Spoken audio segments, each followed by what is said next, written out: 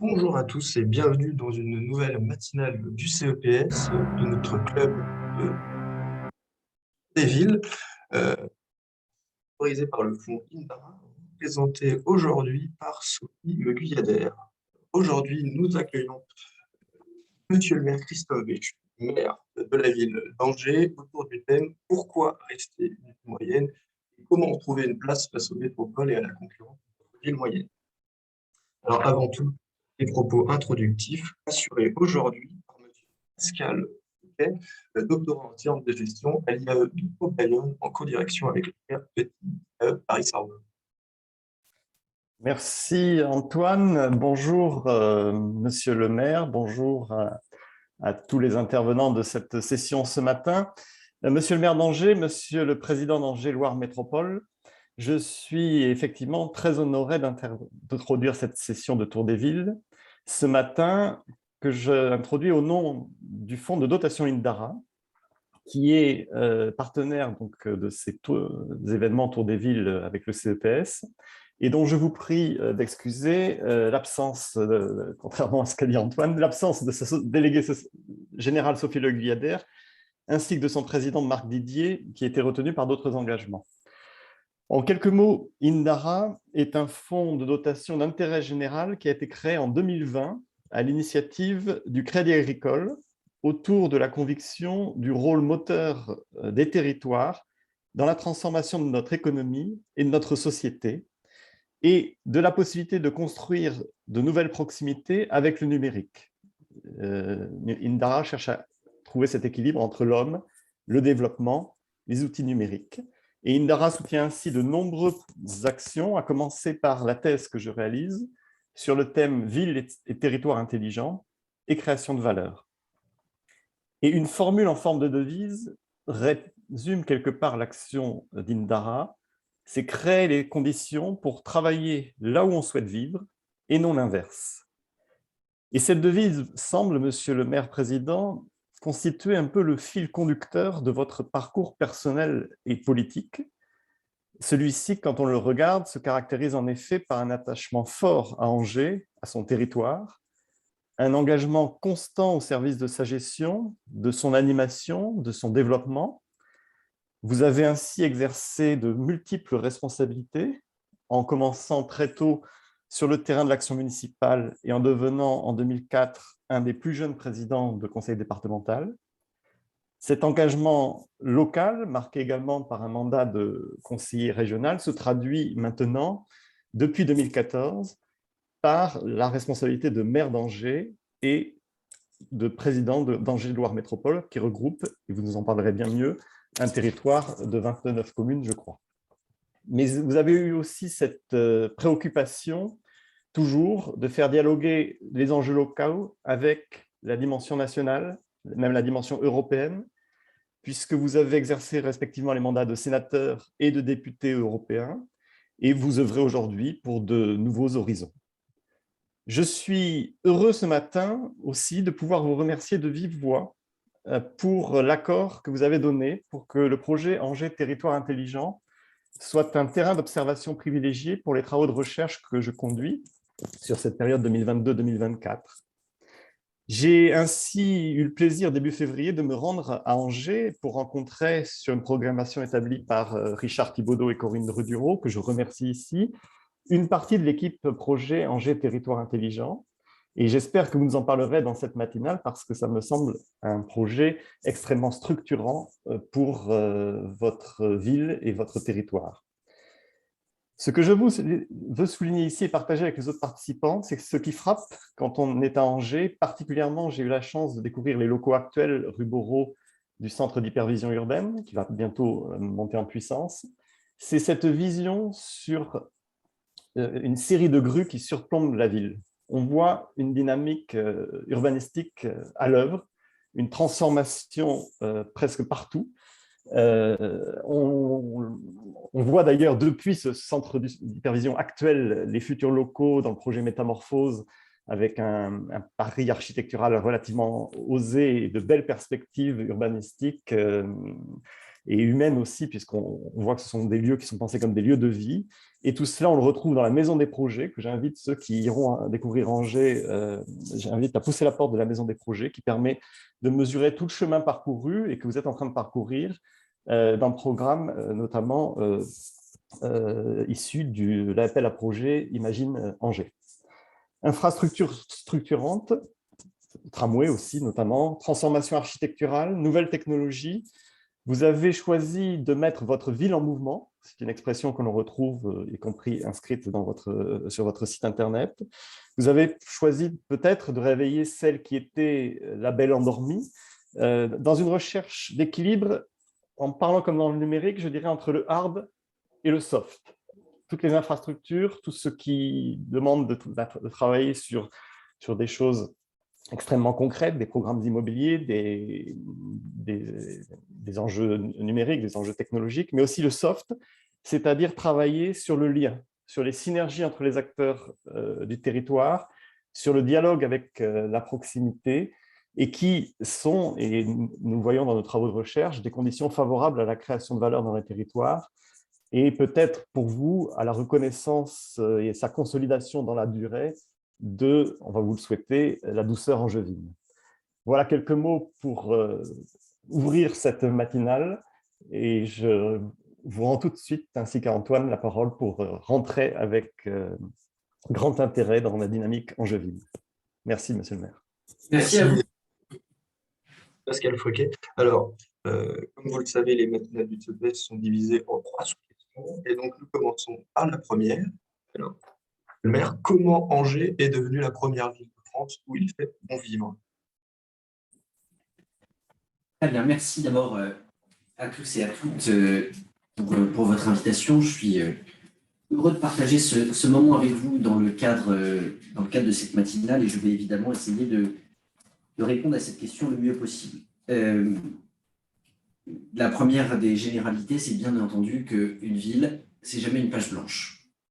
Il y a des gens qui sont passés avant, et d'ailleurs, à l'instant où vous vous installez dans un fauteuil de maire, il faut bien vous rappeler aussi que ce fauteuil, un jour, ce sera celui de quelqu'un d'autre, et que de la même manière que vous essayez de faire mieux que celui qui vous a précédé, quelqu'un essaiera de faire mieux que ce que vous faites, et il faut l'humilité dans la vision, dans la projection, de bien mesurer qu'on ne finit jamais quelque chose définitivement, on y participe et on le construit. Notre ville, c'est la meilleure ville de France dans un certain nombre d'enquêtes, l'Express, le JDD maintenant, etc. Et d'abord, ça s'explique par des raisons objectives. On est la ville la plus végétalisée de France, et pour le coup, on a 2 fois plus d'espace vert que le deuxième, puisqu'on est à 100 mètres carrés d'espace vert, le deuxième est à 50. Donc, c'est un classement qui ne devrait pas varier pendant des décennies, ou même bien au-delà, parce qu'avant d'aller recréer 50 mètres carrés d'espace vert par habitant dans une ville de plus de 100 000 habitants, il y a évidemment beaucoup d'eau qui va couler sous les ponts. Et on voit bien que, globalement, cette végétalisation, cette capacité à respirer, à se reconnecter à la nature, comme elle prend de plus en plus d'importance, elle a toujours été présente. La douceur angevine dont on parle, c'est d'abord la douceur de notre climat qui rend fertile nos terres, qui explique qu'on est un pôle du végétal qui est extrêmement important. Le Maine-et-Loire, c'est le département de France qui compte le plus de cours d'eau. Quand vous avez un bon climat et que vous avez une bonne irrigation, vous avez des vignes, de l'horticulture, du maraîchage dans de bonnes conditions, et ce pôle mondial de compétitivité autour du végétal qui correspond à une présence et une attente de plus en plus grande des gens. La nature, elle apaise. Les moments de tension et d'exaspération que nous vivons aujourd'hui dans le contexte de la crise sanitaire renforcent cette attente de la part des gens. Pour moi, la première de nos qualités qui explique ça, c'est d'abord cette histoire. C'est 6 siècles depuis le roi René, qui était botaniste et qui a pensé à faire en sorte qu'on installe un certain nombre de jardins. Ces générations de pépiniéristes qui expliquent une partie de la qualité de nos parcs, etc. À ça s'ajoute un élément de dimension. La ville idéale, ça n'est plus la très grande ville. Le modèle, dans ce domaine, il a changé, il va peut-être changer à nouveau, mais on est passé globalement d'une fascination pour la capitale à une fascination pour ce qu'on appelle en géographie historiquement les métropoles d'équilibre, à aujourd'hui un engouement pour les villes de taille moyenne. Et je vais prendre une analogie extrêmement mercantile, mais assez spectaculaire. On assiste à un phénomène chez les consommateurs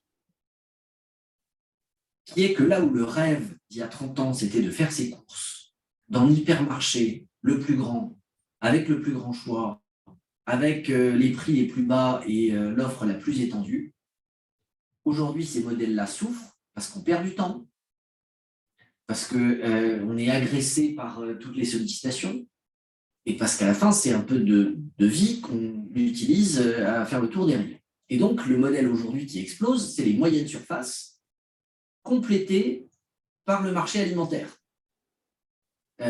Pour être très clair, les hypermarchés Carrefour souffrent, les Carrefour City ou les Carrefour Express, ils s'en ouvrent partout parce que ça correspond à un format dans lequel en 40 minutes, vous faites vos courses et ensuite, vous vous faites plaisir avec le marché alimentaire. Et bien, la ville moyenne, c'est la moyenne surface. On ne veut plus aller dans un hypermarché, on ne veut plus être hyper sollicité et ce n'est pas parce qu'on nous dit qu'on aura tous les avantages qu'on y va, parce qu'en fait, on sait qu'on nous dit qu'on les a, mais on n'a pas le temps de les faire. On n'a pas les moyens de les utiliser. Donc, on préfère être dans un lieu où on récupère du temps de vie, pas trop d'embouteillage, un peu moins d'offres, mais une accessibilité à cette offre spatiale, budgétaire, et ensuite on se fait plaisir et on complète avec un certain nombre de choses en proximité. Et ce modèle des villes moyennes, on en est l'incarnation parfaite. Pourquoi? Parce qu'on est une ville à taille humaine, 150 000 habitants, dans une aglo de 300 000, parce qu'on est dans l'ouest de la France, qui est en plus la région qui aujourd'hui gagne le plus d'habitants, qui bénéficie d'un engouement. Le décrochage, ce n'est pas le bon terme, mais en tout cas, la moindre attractivité de Nantes et Rennes, qui, compte tenu de leur taille, sont rattrapés par une partie des difficultés des grandes villes, font qu'on a aujourd'hui des Nantais qui quittent Nantes pour venir habiter à Angers, en nous disant que les raisons pour lesquelles ils ont quitté Paris pour aller à Nantes, ce sont aujourd'hui les raisons qui font qu'ils quittent Nantes pour venir à Angers. Insécurité, embouteillage, niveau des prix de l'immobilier. Donc, le végétal qui est notre réalité, l'engouement pour les villes moyennes, le positionnement dans l'Ouest, de surcroît 1h20 de Paris en TGV, 1h30 de la mer en voiture, c'est un bon élément. Un pôle étudiant qui attire des cadres en se disant que leurs enfants n'auront que l'embarras du choix, puisque nous avons 43 000 étudiants sur l'agglomération dont je parlais, ce qui en fait le deuxième ou le troisième ratio de France rapporté à la population, derrière Rennes, qui dans ce domaine est au-dessus, mais donc une ville jeune, extrêmement dynamique, un CHU très réputé, un centre de lutte contre le cancer. On sait que la santé et l'enseignement supérieur sont deux des éléments qui motivent, entre guillemets, des déplacements. Donc ça, ce sont des atouts. Et puis, il reste un élément majeur, crucial, fondamental, que sont les Angevins. Je vais certainement m'attirer les foudres d'un certain nombre de gens, mais ça n'a absolument aucune importance, parce que je pense profondément ce que je vais dire. Moi, je suis angevin, ce qui est une particularité par rapport à une partie de mes prédécesseurs. Parce que sur ce territoire, il y a une humilité qui fait que souvent, on laisse d'autres décider à notre place. Et ce temps-là, depuis 7 ans, c'est en tout cas le discours que je porte, il est révolu. Si je suis caricatural, pendant très longtemps, on a théorisé le fait que pour vivre heureux, il fallait vivre caché. Ce n'est pas qu'on était endormi malgré nous, c'est qu'on pensait qu'en étant endormi, notre vie serait plus tranquille. Et cet endormissement, il était favorisé par un autre élément, c'est que comme on a tout ici, les gens ne déménagent pas. Donc, ils ne comparent pas. Comme le territoire est agréable, nous n'avons pas d'émigration. Un Angevin, il reste à Angers. Et pourquoi est-ce qu'il irait ailleurs puisqu'il a tout sur place?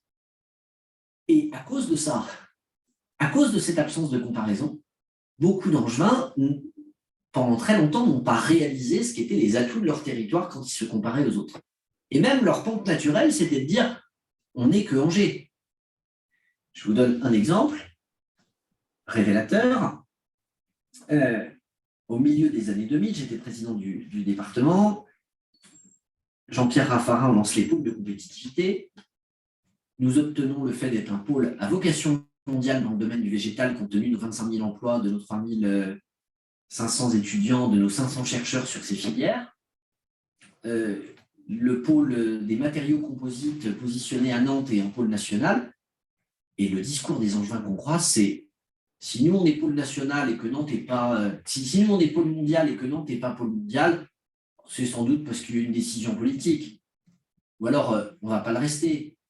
D'autres vont finir par récupérer le label.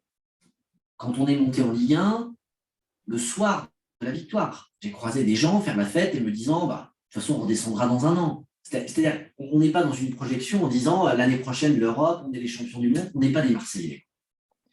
En termes de positionnement. On n'a pas ce chauvinisme et cette fierté territoriale. Et donc, nous n'avons pas spontanément un comportement d'ambassadeur qui fait qu'on aurait parlé. Mais ça a un énorme avantage. C'est que les gens sont légitimistes, polis, courtois, humbles, ouverts, et qui s'arrêtent quand vous traversez sur le passage piéton. Que parfois, ils attendent quelques secondes avant de redémarrer quand le feu passe au vert pour être bien sûr que le feu est vert et qu'ils ne s'apprêtent pas à aller trop vite, ce qui agace beaucoup les gens qui viennent de l'extérieur. Les applaudissements dans le stade, on attend que l'arbitre ait validé le but. On ne lui met pas la pression au moment des applaudissements. Ça manque parfois un peu de ferveur et ça peut être énervant quand on est attaché à son territoire. Mais ça participe à une qualité de vie, à des rapports humains entre les gens qui est repéré par tous ceux qui viennent de l'extérieur et qui contribuent aussi à cette qualité. Voilà, en quelques mots, comment je peux dire les choses. Il y aurait évidemment beaucoup d'autres choses à dire, mais ça me permet en tout cas d'insister sur les points les plus saillants. Cette réalité végétale et d'aménagement du territoire, cet engouement pour les villes moyennes dont nous bénéficions, parce que je pense que nous sommes l'archétype de la ville du quart d'heure, non pas au sens théorique du terme, mais au sens réel. Tout se fait en un quart d'heure. Notre emplacement géographique qui contribue, qui alimente, qui renforce la dynamique que nous connaissons, les équipements qui nous permettent de disposer de tout pour être attractifs, et les qualités humaines de ceux qui vivent ici et qui rendent agréable l'expérience de ceux qui arrivent chez nous. Merci, monsieur. Vous parliez de la fascination, des fascinations pour la capitale. Et les gens viennent à Angers. Cependant, comment évaluez-vous les conséquences que le Covid va avoir sur Angers? Parce que comme les gens viennent à Angers, Angers ne va-t-elle pas devenir, du coup, dépasser le statut de ville moyenne? Alors, d'abord, je me garderai bien de tout a priori définitif. Il y a 2 ans, tout le monde nous expliquait qu'avec le Covid, on allait avoir une crise économique épouvantable et qu'il fallait prendre des mesures pour limiter la hausse inexorable et obligatoire du chômage. On nous disait que le Covid allait faire que tout le monde allait rester chez soi, que c'était la fin des déplacements et qu'on n'allait plus faire que des visios et télétravailler, et que ça allait freiner les dynamiques de ceux qui les connaissaient. On a à peu près l'inverse dans tous ces domaines.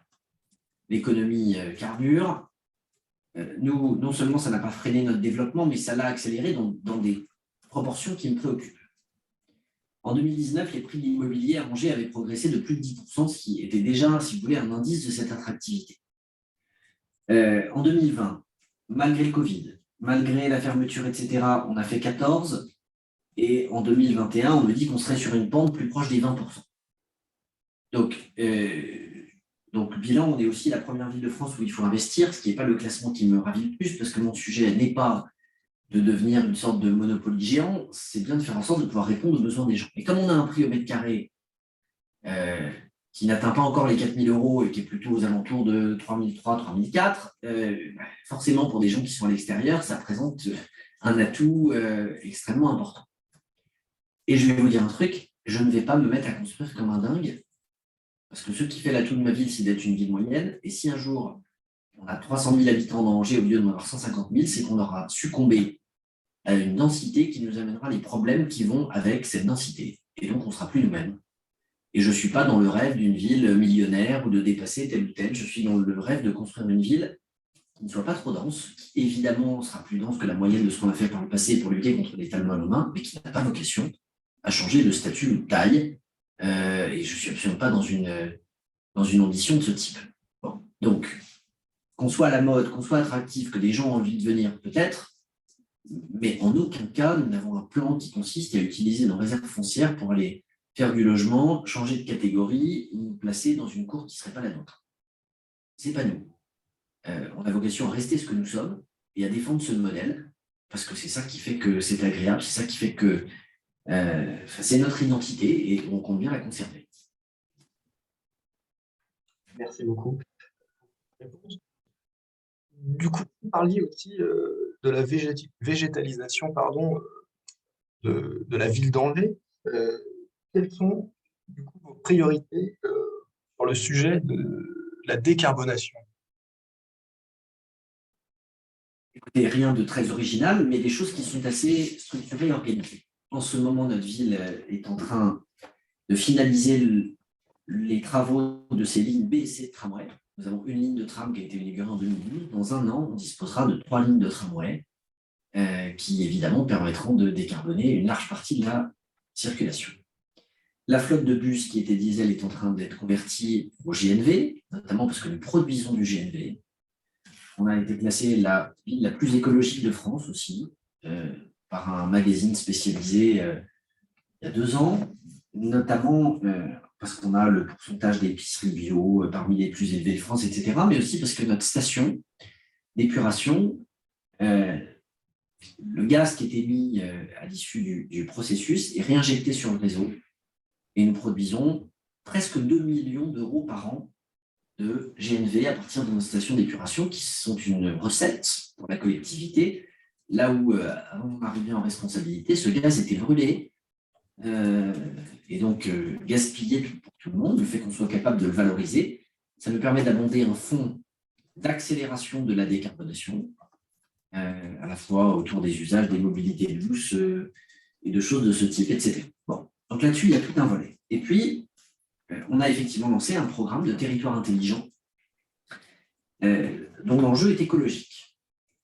au sens direct du terme. Ce que je veux dire, c'est que le volet sécurité en est absent. Non pas que ce soit un domaine dont on ne se préoccupe pas, mais il est traité, j'allais dire, indépendamment de ça. On n'a pas été chercher des modules sur la reconnaissance faciale ou ce genre de trucs. D'abord parce qu'on subodorait que ça pouvait potentiellement être clivant et envoyer des messages autour de la technologie qui n'étaient pas ceux que nous souhaitions, et ensuite parce que ce n'est pas pour nous un enjeu qui est un enjeu principal. En revanche, l'idée, c'est bien de mettre à profit les technologies au service de la transition écologique. C'est vrai pour la diminution de notre dépendance, tout simplement de consommation électrique, avec des choses extrêmement classiques, de détecteurs de présence, de passage des ampoules thermiques au LED, etc., mais avec des enjeux pour nous qui sont relativement importants, puisque c'est divisé par 3 le prix de notre éclairage nocturne. Une agglomération comme la mienne, elle dépense 3 millions d'euros par an, pour vous donner un ordre de grandeur, pour son parc de candélabres la nuit. Quand on aura fini la totalité de cette transformation, pour laquelle Engie est notre partenaire, nous serons rendus à 1 million d'euros de dépenses annuelles. Et on est dans un marché global de performance, c'est-à-dire avec un engagement de la part de l'énergéticien qui fait que ce sera à lui de payer la différence s'il n'atteint pas ce niveau, ces chiffres étant avant l'explosion des prix de l'énergie que nous connaissons, et donc on pense qu'on sera en mesure, d'un point de vue budgétaire, d'améliorer encore un peu plus la réalité de ce que nous serons capables de faire. Mais ça va beaucoup plus loin, il y a des capteurs dans nos parcs et jardins, puisqu'on a 216 parcs et jardins, pour que les arrosages automatiques ne se déclenchent pas s'il a suffisamment plu pendant la nuit, si la rosée du matin était suffisante avec des mesures d'hygrométrie. Ce sont des capteurs dans les bâtiments pour limiter nos fluides. Ce sont des dispositifs demain de feu intelligent de manière à utiliser les détecteurs de présence qui sont sur les candélabres pour mesurer en temps réel l'évolution du trafic et donc que les dispositifs lumineux arbitrent les temps de feu rouge et de feu vert de manière à éviter les embouteillages. Or, un embouteillage, c'est l'émission de gaz à effet de serre reproductive. Donc, si on est capable de rouler sans embouteiller, on assume le déplacement, mais on limite l'émission des gaz à effet de serre. Sachant qu'en province, on passe en moyenne 10% de son temps à chercher sa place de stationnement, Les dispositifs d'appui pour savoir à quel endroit on peut trouver des places sont aussi un moyen de diminuer ces 10% et donc les émissions de gaz à effet de serre qui vont avec ça, etc. On a un plan vélo. Depuis le 1er janvier, c'est l'agglomération qui a pris la compétence. Il est doté de 3 millions d'euros par an pour les travaux structurants. Je ne parle évidemment pas de la peinture et de ce que nous faisons par ailleurs et qui n'est pas comptabilisé en tant que tel parce que ce sont des aménagements. Mais en revanche, c'est bien 3 millions d'euros par an que nous mettons sur des infrastructures, franchissement de points noirs, accompagnement, etc. Nous disposons d'une flotte de vélos, 2500 vélos gratuitement prêtés pour une période d'1 an aux étudiants qui arrivent sur notre territoire et qui en font la demande, d'un opérateur de free floating, d'une politique de soutien à l'acquisition de vélos électriques par les particuliers. Nous avons dépassé le 1 million d'euros de subventions versées, c'est-à-dire les 4000 foyers qui ont été équipés avec l'aide de l'agglo. Et depuis le 1er janvier, dans le cadre d'assises de la transition écologique qui ont réuni tous les habitants du territoire, nous avons mis même en place une aide à l'acquisition de vélos classiques. Et c'est d'ailleurs sur ce point que je vais terminer mon point sur la décarbonation. On s'est inspiré de la Convention citoyenne et on s'est aussi inspiré de ses loupés et de ses ratages. La Convention citoyenne, c'est on associe les habitants pour qu'ils donnent des idées. Et en revanche, on n'a pas fait un tirage au sort parce qu'on considère que le tirage au sort ne donne pas une légitimité et qu'elle est ensuite sujette potentiellement à caution. Donc, on a demandé à tous les habitants qui étaient intéressés de nous expliquer quelles étaient les mesures qu'il était intelligent de prendre pour améliorer la transition écologique. Et on a eu, je crois que c'est 1064 idées émises par les habitants de notre territoire. Certaines farfelues, certaines trop ambitieuses, beaucoup extrêmement qualitatives. On a transformé ces 1000 idées en un peu plus de 150 propositions. Et on a envoyé un cahier de vote à tous les habitants de l'agglo pour que ce ne soit pas une convention citoyenne qui se réunisse et qui décide entre elles, mais que ce soit les habitants qui valident les choix et en disant ce que vous votez, on le fera dans le mandat. Et on a eu 10 000 foyers de notre agglomération qui ont répondu à ce cahier de vote qui prenait 3 quarts d'heure pour être rempli et qui était un supplément glissé dans le journal municipal du mois de juillet et août, avec évidemment la possibilité de répondre par Internet. Le fait qu'on ait un format papier nous a permis d'avoir réellement une bonne représentation de la population et pas une surreprésentation d'une classe d'âge, avec des gens de tous les âges qui ont répondu. La moitié des répondants n'habitaient pas la ville d'Angers, c'est-à-dire exactement la proportion de ce qui existe sur le plan de la population. Et ça nous a permis de retenir 54 mesures, depuis les circuits courts jusqu'à des logiques de décarbonation, en passant par des défis zéro déchet ou des choses plus ambitieuses, plus coûteuses, plus complexes ou plus symboliques. Je ne vais évidemment pas faire le détail, mais on a là-dessus tout un plan qu'on est capable de vous présenter, tout comme un plan nature en ville, qui, je pense, est sans doute le plus abouti sur le plan national, compte tenu des compétences que nous avons et du fait qu'il n'a que 2 mois et qu'il intègre, y compris pour favoriser la mise en place d'îlots de fraîcheur, un programme global de déminéralisation de nos cours d'école, mais aussi des mini-jardins dans nos rues, des arbres fruitiers en libre-cueillette, enfin bref, beaucoup de choses que nous mettons à disposition de ceux qui souhaitent s'en inspirer. Merci, monsieur le maire. Vincent Pilet avait une question. Je voulais poser votre. Ah oui, bonjour, oui. Bonjour, merci beaucoup. C'est très enthousiasmant d'entendre parler de cette belle ville d'Angers. Oui, il se trouve que récemment, j'ai un de mes amis enseignants qui m'a raconté la journée du 8e congrès de la solidarité organisée par une dizaine d'étudiants, je crois, en master à l'IRCOM, qui a aussi une école à Lyon et à Yaoundé, je crois. Et le thème était se former aux pratiques de paix. Et voilà, vu l'importance cruciale et encore plus en ce moment de la paix, je voulais savoir ce que vous pensiez de l'association des maires pour la paix. Je crois qu'il y a une centaine de maires en France qui essayent de faire vivre cette notion. Voilà, savoir si vous aviez cette connaissance. Merci. Merci, monsieur Pilet. Alors, sincèrement, je ne connais pas cette association. On est l'IRCOM, hein, c'est l'IRCOM, l'école. Non, je parlais de l'association des maires des villes pour la paix. Je connais évidemment ça très bien l'IRCOM. Je connais ces instituts. Je sais effectivement, y compris parce que la presse locale s'en est fait l'écho, les formations qui sont organisées dans le cadre effectivement de cette formation au métier de l'humanitaire au sens large et à l'intérieur de laquelle il y a cet angle particulier qui consiste à éviter les conflits et pas seulement essayer d'en réparer les conséquences une fois qu'ils ont eu lieu. Et l'IRCOM, de manière générale, est un partenaire de la collectivité dans beaucoup de domaines et dans une partie de ces formations. Donc, ça fait vraiment partie aussi des fiertés territoriales que nous avons. Quand je parlais de ces 43 000 étudiants, on en a à peu près la moitié qui sont à l'université d'Angers et les autres qui se répartissent entre les 8 écoles d'ingénieurs où les écoles qui, sans être des écoles d'ingénieurs, sont des grandes écoles et qui sont présentes sur le territoire, et l'IRCOM, évidemment, l'une d'entre elles. Donc, l'Association des maires de France, l'Association des maires pour la paix, effectivement, est trop peu connue. C'est ça. J'entends ensuite, vous savez,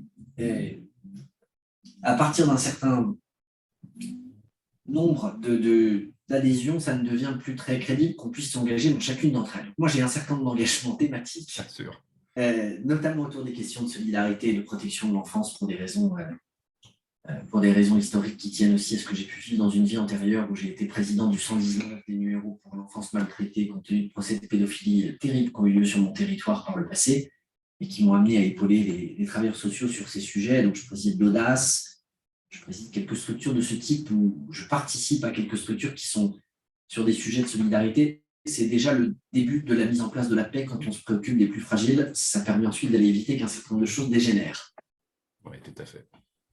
Merci. Je vous en prie. Merci. Nous passons à la deuxième question.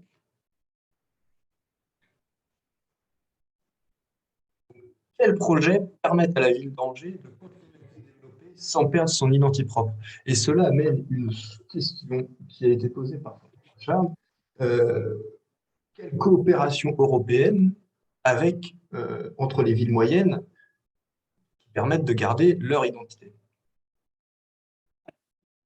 Je pourrais vous faire un inventaire complet. Je vais effectivement essayer de serrer peut-être un peu mon temps. Pour ce mandat, on a 3 priorités. La première de ces priorités, c'est le renouvellement urbain. On est comme beaucoup de villes avec des quartiers qui ont été construits à la hâte au lendemain de la guerre ou à la va-vite dans les années 60. Ce sont à la fois des lieux dans lesquels on concentre des passoires énergétiques, mais aussi des lieux dans lesquels on a perdu une forme de mixité. Et ce souci-là, il me conduit aujourd'hui à faire en sorte, il m'a conduit au premier mandat à obtenir des moyens et maintenant à mettre en œuvre ce dispositif. C'est 1,5 milliard d'euros que nous consacrons entre 2017-18 où on a commencé, 2026-28 où on finira, à démolir 1000 logements, à en réhabiliter 4000, à en résidentialiser 2000, à refaire des hectares de places publiques, à réorganiser des commerces, etc. Avec une idée simple, à Angers, on a 37% de logements sociaux. Donc, je veux dire, la solidarité, la mixité sociale, c'est aussi une réalité quotidienne. Mon problème, c'est que j'ai 2 quartiers où les logements sociaux sont à plus de 50%, et ce sont ces 2 quartiers dans lesquels je vais faire passer la part des logements sociaux sous les 50%, parce que la mixité, c'est pas d'avoir tous les logements sociaux à un endroit, tous les propriétaires à un autre, c'est de répartir ces éléments. Et pas de les répartir seulement à l'échelle de la ville, mais bien à l'échelle de l'agglo, avec une stratégie de peuplement cohérente et digne de ce. Et pour moi, c'est un enjeu absolument fondamental, parce que la mixité, elle participe à notre identité.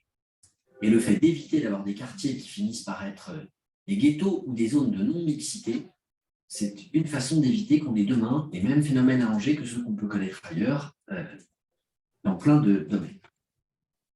Donc, on lutte contre une communautarisation potentielle de ces quartiers en faisant aussi en sorte de les refaire. J'ai une place sur laquelle le nombre de commerces ethniques, l'absence de mixité, l'absence de visibilité des femmes sur l'espace public était pour moi un problème. Et donc, m'a conduit aussi à engager des dizaines de millions d'euros pour repenser l'espace, pour repenser la façon de l'habiter. Ce sont des éléments d'urbanisme sur lesquels je ne vais pas entrer, mais ça, c'est le premier volet sur lequel on se mobilise avec des projets partout et qui explique quelques-unes des grues que nous avons à l'heure actuelle sur le territoire. Et c'est vrai qu'il y en a beaucoup. La deuxième priorité, c'est la culture. Au cours de mon premier mandat, on a globalement investi 100 millions d'euros dans le sport. Et je dis bien, je parle que d'investissement, hein. Je ne parle pas des coûts fonctionnels. On a fait une patinoire, une nouvelle, la précédente datait de 1983. C'est presque 30 millions d'euros que nous avons mis dans cette patinoire qui est absolument magnifique, qui est la plus belle de France, qui accueillera bientôt un certain nombre d'événements dans le domaine du patinage artistique, du hockey sur glace féminin. Enfin, je pense qu'elle va se donner à voir très vite. Elle a été inaugurée juste avant le début du Covid, dans de mauvaises conditions. Mais je pense que très bientôt, vous aurez quelques occasions de la découvrir et de la voir. Et les partenariats que nous avons avec la Fédération de hockey sur glace et avec celle de patinage ne sont pas liés à nos beaux yeux, mais bien à la qualité de notre équipement et de ce qu'il est capable de proposer, aussi bien en termes de positionnement dans la ville qu'ailleurs. On a refait notre tennis, on a fait des équipements pour une tribune pour notre stade de foot avant d'en passer les clés à l'équipe de Ligue 1, etc., etc. Dans ce mandat, c'est sur la culture qu'on met le paquet. Notre opération à 30 millions d'euros, c'est la refonte de notre médiathèque. Je la présente lundi devant le conseil municipal. On a choisi l'architecte la semaine dernière. L'étape suivante à 20 millions, c'est notre salle de musique actuelle. Dans une ville où le nombre d'étudiants est passé de 30 à 43 000 dans l'espace d'un peu moins de 20 ans, il faut que la taille de nos salles de concert soit capable d'évoluer, je vais dire, à peu près dans les mêmes proportions, avec un plus 50%, parce qu'on a aujourd'hui des difficultés dans pas mal d'endroits. Et puis la suite, c'est un muséum d'histoire naturelle. Ce sont des dépenses au soutien de la musique pour continuer à conforter notre conservatoire. C'est des médiathèques de quartier qui nous permettent de conserver une ambition culturelle de proximité qui va avec le renouvellement urbain, parce que si vous touchez au mur, mais que vous ne touchez pas à ce que vous êtes capable d'apporter aux habitants, c'est totalement à côté de ce qui est la moitié de l'épanouissement, de l'intégration et de la capacité à raccrocher les familles à la fois aux institutions et plus largement à leur permettre d'avoir des lieux de mixité, d'échange et de mélange. C'est exactement ce que nous faisons autour de la culture. Et puis enfin, c'est la transition écologique qui est évidemment le fil vert de ce mandat et dont je vous ai déjà parlé avec les assises de la transition écologique et les différents sujets que j'ai amenés. Ça, ce sont très clairement les projets sur lesquels on se concentre. Ensuite, pour garder notre identité, il faut qu'on assume le fait de freiner l'enthousiasme des promoteurs et de ceux qui veulent venir sur notre territoire, sinon on cessera d'être une ville à taille humaine. Quand je suis devenu maire, nous perdions de la population. Nous étions passés sous la barre des 150 000 habitants. Depuis 7 ans, nous avons gagné 6 000 habitants et le rythme s'accélère.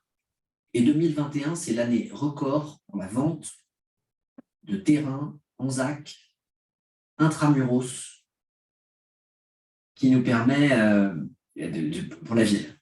Et donc, on devrait avoir un rythme d'arrivée de population peut-être encore un peu plus fort que le 1000 par an que j'ai évoqué au cours de ces dernières années.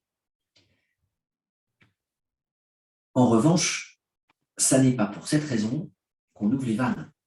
Et ce que je fais aujourd'hui, c'est que j'ai le pied sur le frein. On a 30 promoteurs qui nous demandent d'acheter des terrains. La particularité de la ville d'Angers, ce sont ses réserves foncières.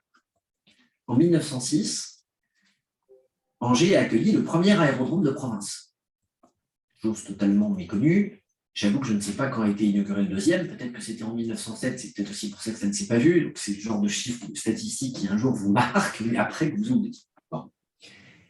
Et la particularité de cet aérodrome, c'est qu'il était dans la ville d'Angers. Pas en périphérie, dans la ville. À cheval sur la ville d'Avrier et la ville d'Angers. Et donc, on avait une centaine d'hectares de réserves foncières qui, quand on a reconstruit l'aérodrome à 25 km, sont devenues urbanisables. Et comme il n'y avait plus de survol de tout un quartier, il y a 150 hectares supplémentaires sur lesquels on a pu imaginer des constructions ou imaginer des hauteurs qui étaient différentes de ce qui existait. Et donc, ces réserves-là, tout à coup, elles sont venues nous donner une capacité qu'on a exploitée en faisant le lieu de destination d'une ligne de tram, en avançant sur ces différents sujets, etc. Et donc, il y a déjà une partie qui a été occupée, mais c'est l'équivalent de 20 000 20 000, 25 000 habitants complémentaires projetés qui peuvent exister, entre guillemets, sur ce périmètre. Et alors qu'aujourd'hui, j'ai des demandes de promoteurs de partout alors que je n'en avais pas, on rationne ce que nous vendons pour maîtriser les demandes, y compris en termes d'équipement public. Je ne vais pas accueillir une génération spontanée qui va m'obliger à ouvrir une école, sachant qu'il faudra qu'on la ferme, parce que dans 10 ans, il n'y aura plus d'enfants en âge d'être scolarisés dans le secteur et que les gens resteront habités dans leur logement parce qu'ils seront bien, parce qu'ils apprécient la ville, et que là, ils me demanderont de construire un foyer de jeunes, et puis à la fin, il faudra que je transforme mon école en EHPAD si le reste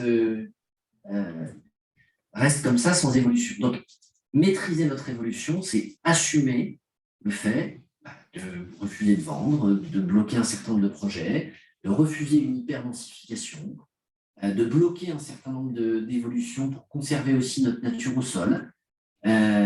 Donc, on a fait un travail de recensement, par exemple, des arbres remarquables avec les citoyens, qui nous a conduit, pas seulement sur les espaces boisés classés, à identifier 500 arbres qui sont maintenant dans nos documents d'urbanisme et qui, compte tenu de leur repérage citoyen, ont été intégrés comme étant des sites auxquels il ne faut pas toucher, qui limitent des possibilités de construction, etc.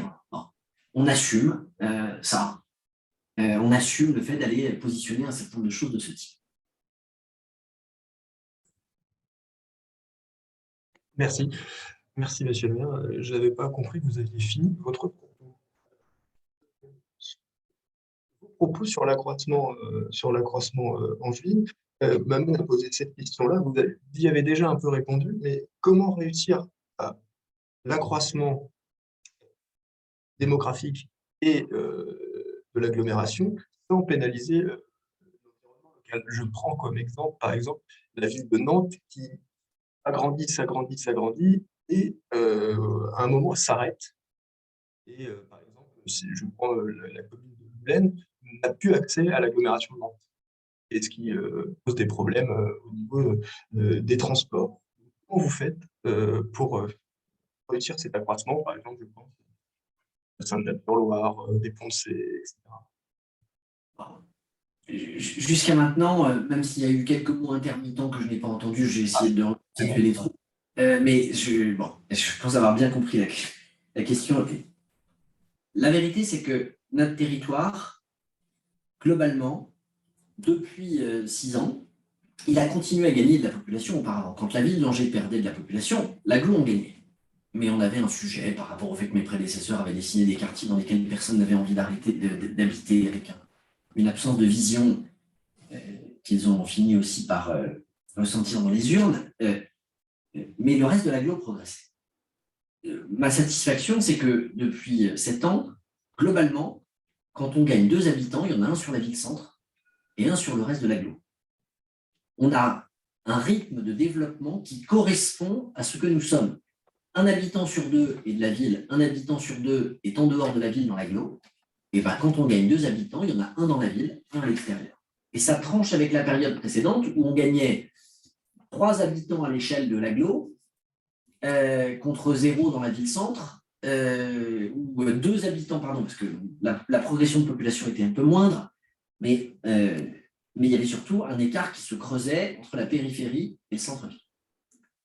Dans ce domaine, bien entendu, toute notre réflexion aujourd'hui dans le cadre des lignes B et C du tram, c'est la refonte globale de la totalité de notre système de transport, avec le fait d'assumer une densification des transports sur la première couronne, et sans doute quelques lignes express de manière plus lointaine, mais une massification du transport à la demande ou de dispositifs, y compris de soutien financier à du covoiturage, pour favoriser une décarbonation sans partir sur des délires, je m'explique, où c'est l'idéologie qui commande, au lieu de partir de la réalité. Faire circuler un bus à vide, c'est une hérésie écologique. S'il n'y a pas au moins 6 personnes dedans, il faut mieux que les gens gardent leur voiture individuelle. Sauf que vous en avez un certain nombre qui aujourd'hui sont dans une telle optique de décarbonation, transition écologique, qui finissent par tout mélanger et que c'est plus facile d'expliquer à un électeur que plus il y a de bus, mieux c'est, plutôt que de discuter du nombre de personnes qui y a à l'intérieur. De la même manière que c'est plus démagogique d'aller expliquer que vous voulez la gratuité des transports. La seule chose que vous oubliez de dire au passage, c'est que la gratuité, il y a toujours quelqu'un qui la paye et que généralement, les collectivités qui font le choix de la gratuité, elles le font au détriment de l'élargissement de l'offre de leur réseau. Et que dans ce domaine, les villes les plus performantes, ce n'est pas là où les transports en commun sont les moins chers, c'est là où la densité de l'offre est la plus élevée. Strasbourg et Lyon, qui sont des modèles objectifs qu'on peut avoir, puisque Paris est hors catégorie, ce sont des villes dans lesquelles le niveau de participation des usagers à l'équilibre global est parmi les plus élevés de France, mais c'est mis au service de fréquences. À l'inverse, vous avez des territoires qui ont mis en scène leur passage à la gratuité, qui a parfois été financé par l'arrêt de certaines lignes, de manière à pouvoir financer celles qui restent sans demander l'avis des usagers. Donc, sur ces sujets, on désidéologise le propos, on regarde la réalité telle qu'elle est et on construit des consensus. Et c'est là-dessus que je veux finir. La particularité d'Angers, c'est que notre agglo n'est pas de droite ou de gauche. Je suis de droite. J'ai pris cette ville après 37 ans de coalition de gauche sans alternance. Et j'assume pleinement ces propos. Je suis aujourd'hui numéro 2 du parti d'Édouard Philippe, je soutiens le président de la République, chacun sait où j'habite politiquement, j'ai été sénateur, député européen, vous l'avez rappelé. En revanche, à l'agglomération, mes vice-présidents, ils ne sont pas choisis parce qu'ils ont ma couleur politique, mais parce qu'ils sont légitimes et précieux dans un collectif. Et donc, il y a un pourcentage de vice-présidents issus de la gauche, de la droite, du centre, de la société civile, qui fait qu'il n'y a pas d'opposition. La majorité, c'est la somme des majorités. Là où, sur un certain nombre de territoires, on a politisé les intercommunalités et donc créé des difficultés de développement, parce que quand vous avez un maire d'une commune de 20 000 habitants qui se retrouve dans l'opposition, alors que son opposition est dans la majorité de l'agglo, vous créez des freins au développement, vous entraînez des difficultés qui flinguent une partie du consensus que vous êtes capable de construire, et de mon point de vue, le problème de la classe politique dans ce pays, c'est pas qu'on est trop souvent d'accord. Et par définition, je souhaite que les intercommunalités restent les espaces de projet, que les partis politiques ne s'y invitent pas et n'entrent pas dedans, et qu'on soit capable de construire des consensus intelligents. On a déjà une vie politique nationale extrêmement brutale, favorisée par un scrutin majoritaire qui fait que celui qui fait 30% se retrouve avec 60% des sièges, ce qui provoque ensuite une forme de frustration et d'abstention. Je ne suis pas pour importer ce qui ne fonctionne pas sur le plan national, sur le plan local, et je pense que ça contribue à notre identité, que ça contribue à un développement harmonieux dans lequel les communes périphériques trouvent leur place, et que même si ça peut sembler être un point de détail en termes de gouvernance, c'est fondamental pour l'ambiance, pour la qualité de ce qui se vit, pour l'absence de comités téléguidés pour aller s'opposer à tel ou tel projet qui finit ensuite par provoquer potentiellement une crise de la tension, de l'exaspération, etc. Merci, monsieur le maire. Pour la troisième question, du coup, pourquoi Angers est le modèle de la ville de demain? À ce stade, et ça tombe bien puisque on va arriver au terme du temps dont je dispose, si vous reprenez ma réponse aux deux premières questions, vous avez la réponse à la troisième. Ce qui fait que nous sommes le modèle de la ville de demain, c'est précisément parce que je pense que l'avenir est à des villes à taille humaine. Je pense que le mouvement de fond, y compris dans lequel nous étions auparavant, il a été renforcé par le Covid. Cette espèce d'allergie, de gestes barrières pour éviter d'être dans des endroits où il y a trop de monde. La traduction, c'est d'aller vers des territoires qui, effectivement, sont à taille humaine. Je pense que l'intelligence, c'est d'essayer d'avoir une gouvernance qui soit une gouvernance de projet et pas une gouvernance idéologique dans le contexte dans lequel nous sommes, qu'on vient d'évoquer. Je pense que ce qui fait que nous sommes le modèle de la ville de demain, c'est qu'on n'oppose pas la technologie et la transition écologique, et qu'on considère par exemple que puisqu'une partie de la situation du dérèglement climatique est liée à des excès technologiques, l'intelligence humaine n'est pas quelque chose qu'il faut blâmer, mais il faut utiliser l'intelligence humaine qui peut amener le mal pour aussi être capable d'amener le bien. Et dans la Smart City que nous construisons, je pense qu'on sera un modèle sur la capacité justement à aller lutter contre le gaspillage et accélérer la transition écologique en ne misant pas uniquement sur la sobriété. Le fait que nous ayons le siège de l'ADEME, le siège national de l'ADEME à Angers, fait que sur ces sujets, sur les scénarios à venir entre sobriété, coopération, pari technologique et compagnie, on est aussi assez concentré. Donc voilà, je pense sincèrement que dans les réponses que je vous ai apportées, vous avez les raisons pour lesquelles nous pensons être le modèle de la ville de demain. Mais je vais terminer en faisant cette conclusion. Je vous ai dit que nous, les Angevins, on était de manière assez spontanée, pas des gens qui se mettaient en œuvre. Vous aurez compris que dans l'exercice auquel je me suis livré ce matin, je n'ai pas été très angevin, puisqu'au contraire, je me suis fait le promoteur de mon territoire, et j'en ai même sans doute rajouté dans cette notion on est les meilleurs, etc., pour une raison simple, c'est que j'essaye de compenser le manque parfois d'enthousiasme d'une partie de mes concitoyens, et qui est véritablement ce qui m'anime dans ce job. Mais si je dis les choses avec sincérité et humilité à la fin, toute une partie de notre succès, il vient du fait que, précisément, parce qu'on pense qu'on n'est pas les meilleurs, fondamentalement, on essaye de trouver des bonnes idées ailleurs. Vous avez cité, M. Fruquet, tout à l'heure, dans votre introduction, dans votre propos introductif, le fait que nous avions des programmes architecturaux audacieux dans le cadre d'un programme qui s'appelle Imagine Angers. Imagine Angers, c'est quoi? C'est la première déclinaison en France de Réinventer Paris.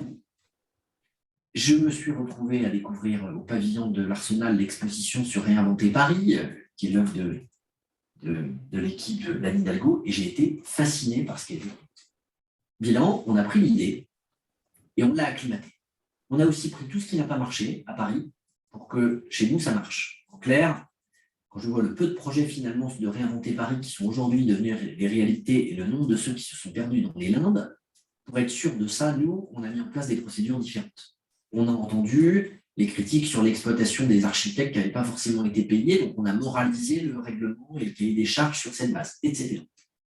Et très concrètement, une partie aujourd'hui du succès de certains quartiers, c'est parce qu'on a pris une idée de d'autres et qu'on l'a implantée sur le territoire.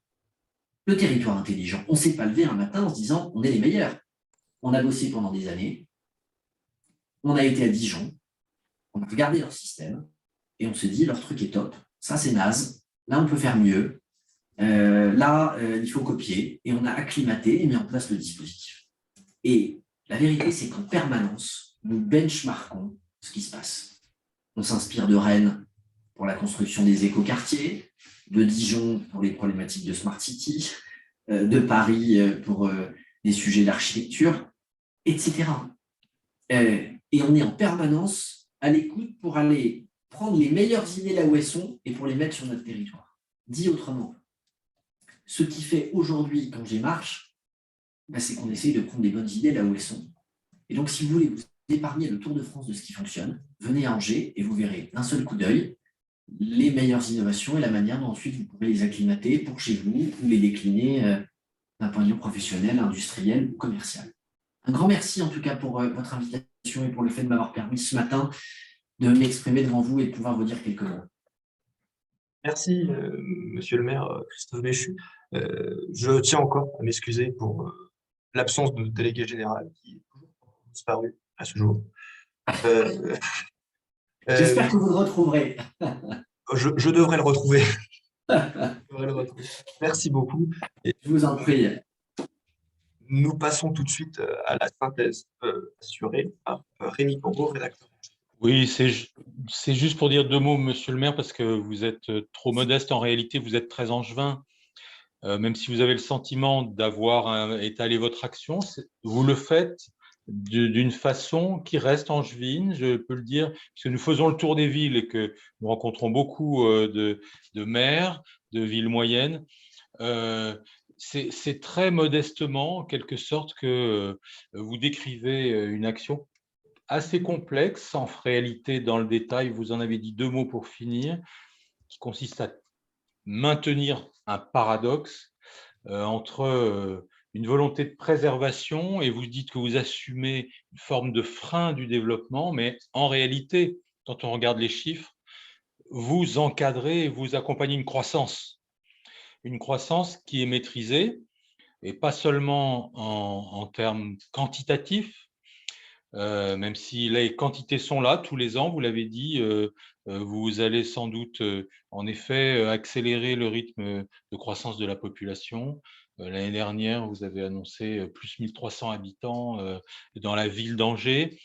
Ça se poursuit, vous l'avez dit, mais ce n'est pas seulement une question quantitative, c'est qualitatif. Et c'est bien que sur la fin, vous ayez évoqué Imagine Angers, parce que pour nous, spécialistes des questions urbaines, on a vu surgir cette première ville moyenne qui reprenait l'idée de réinventer Paris en la perfectionnant, et avec des résultats qui sont déjà là, puisque la tour type qui sort d'Imagine Angers a été élu meilleur projet de l'année, meilleur projet immobilier de l'année en 2021, et que le premier arbre d'arborescence a été planté l'année dernière. Enfin, qu'on voit se dérouler le programme maintenant réellement. Ce n'est pas toujours le cas de réinventer Paris, au passage. On voit les projets sortir et on voit qu'ils recoupent ce qui est un de vos credos, c'est-à-dire la tenue des objectifs climat de la transition écologique. Et en quelque sorte, la croissance peut entièrement s'inscrire là-dedans. Vous nous avez donné plusieurs exemples, il faudra les reprendre, on les listera. Mais ce territoire intelligent, bien sûr, joue dans ce sens, la décarbonation des transports, forcément, la recherche des énergies renouvelables, le plan vélo, etc., etc. Mais par exemple, vous voyez, dans votre modestie, vous n'avez pas cité la ZAC des Capucins, dans laquelle vous venez de retenir 6 groupements de promoteurs. Ces promoteurs qui campent à votre porte, eh bien, vous acceptez de les laisser construire lorsqu'ils se plient à des contraintes fortes en termes de transition écologique. Et j'en veux pour preuve ces projets aux Bretonnières où les immeubles seront en structure bois, en utilisant des matériaux biosourcés et en intégrant dans la programmation de la maison individuelle, ce qui veut dire que là aussi, monsieur le maire, vous savez, ne pas aller contre l'envie des Français d'une forme de qualité de vie au quotidien. Et Dieu sait qu'on a pu entendre des déclarations, je dirais, montrant un peu du doigt ce souhait des Français de vivre en maison individuelle. Et là, j'ai encore un exemple du fait que vous arrivez à tenir un certain nombre de contraintes et d'impératifs très à l'ordre du jour. Alors, cette croissance, elle s'inscrit donc dans un équilibre, c'est ce que je retiens de ce que vous avez dit. Je noterai au passage votre reconquête de vos grands quartiers de logement social. Évidemment, on va amener de la mixité par le haut, on a coutume de dire, dans ces quartiers. Confronté à la pression foncière, à la pression immobilière, des gens qui quittent Nantes ou qui quittent Paris pour venir à Angers, vous le savez certainement, le logement social, les acteurs du logement social dans la ville sont confrontés à une hausse des demandes parce que quand on est sous les plafonds de revenus du logement social, on trouve plus difficilement à se loger à Angers à cause de cette pression immobilière venue de l'extérieur. Et vos bailleurs sociaux vont avoir, évidemment, j'imagine, avec la ville et avec l'agglo, une équation particulière à résoudre pour que cette mixité que vous souhaitez et pour laquelle vous travaillez ne se traduise pas par un départ, une perte, je dirais un petit peu dans les classes moyennes sous ces plafonds de revenus du logement social. Voilà. Merci en tout cas. Je terminerai en disant que vous prenez peut-être le risque de rester la ville la plus attractive de France avec tout ce que vous nous avez décrit. Merci, monsieur le maire. Merci infiniment et à bientôt. Au revoir à tous. Merci. Au plaisir de vous accueillir. Merci, monsieur le maire. Merci. Au revoir. Merci, monsieur le maire. Au revoir. Merci, au revoir. Au revoir.